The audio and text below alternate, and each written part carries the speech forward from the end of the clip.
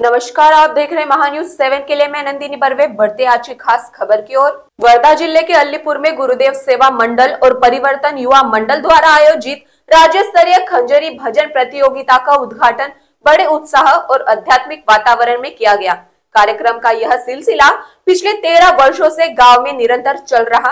अलीपुर में आयोजित इस राज्य स्तरीय सांस्कृतिक कार्यक्रम का शुभारंभ राष्ट्र संत तुकडोजी महाराज की प्रतिमा के समक्ष दीप प्रज्वलित कर किया गया। इस अवसर पर प्रमुख अतिथि कृष्णाजी पाहू ने, कार्यक्रम अध्यक्ष तुकाराम घोड़े महाराज सहित अनेक गणमान्य व्यक्ति उपस्थित रहे। कार्यक्रम में पूर्व सरपंच, ग्राम पंचायत सदस्य, सामाजिक कार्यकर्ता, शिक्षक तथा विभिन्न संस्थानों के प्रतिनिधियों ने भी बड़ी संख्या में भाग लिया।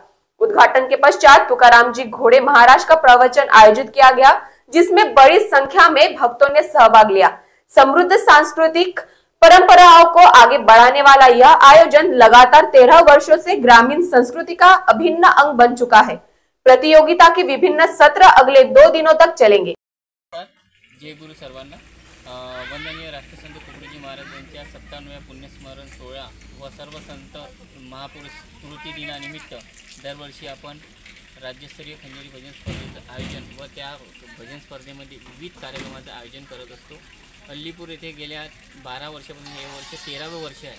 13 वर्षी आपण वेगवेगळे कार्यक्रम दिनांक 13 नोव्हेंबर ते 17 नोव्हेंबर या कालावधीत आयोजित करण्यात आलेले आहेत। या स्पर्धेदरम्यान दिनांक 13ला उद्घाटन सोहळा व हरिभक्तपरायण घोडे महाराज यांचा समाज प्रबोधन कीर्तनाचा कार्यक्रम होणार आहे। त्यानंतर दिनांक 14ला चित्रकला स्पर्धा, वादविवाद स्पर्धा, त्यानंतर गीत गायन स्पर्धा, वक्तृत्व गीत गायन स्पर्धा, एकपात्री प्रयोग आणि पटनाट्य, आणि रात्रीला भारुडाचा कार्यक्रम ठेवलेला आहे।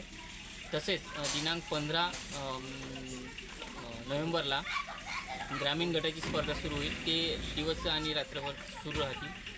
दिनांक 16ला सकाळी 10 वाजल्यापासून बालगटाची स्पर्धा होईल आणि दिनांक 17ला महिला व पुरुष शहरी गटाची स्पर्धा होईल।